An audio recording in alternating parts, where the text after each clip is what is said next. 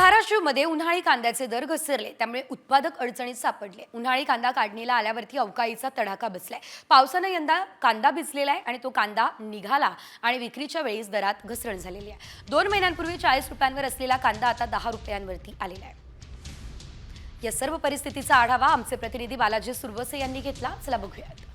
कांद्याचे दर घसरल्यामुळे शेतकरी जो आहे तो आता आर्थिक संकटात सापडलेला आहे। मी आता धाराशिव जिल्ह्यातील एका कांदा उत्पादक शेतकऱ्याच्या शेतामध्ये आहे। जर आपण पाहिलं तर अगदी गेल्या 4 ते 5 दिवसापासून धाराशिव जिल्ह्यामध्ये अवकाळी पावसाचा जो फटका आहे तो देखील शेतकऱ्यांना बसताना पाहायला मिळतो आणि अशामध्ये कांद्याचं देखील हे काढणीला आलेल्या कांद्याचं देखील जे आहे ते नुकसान झाल्याची परिस्थिती जी आहे ती निर्माण झालेली होती।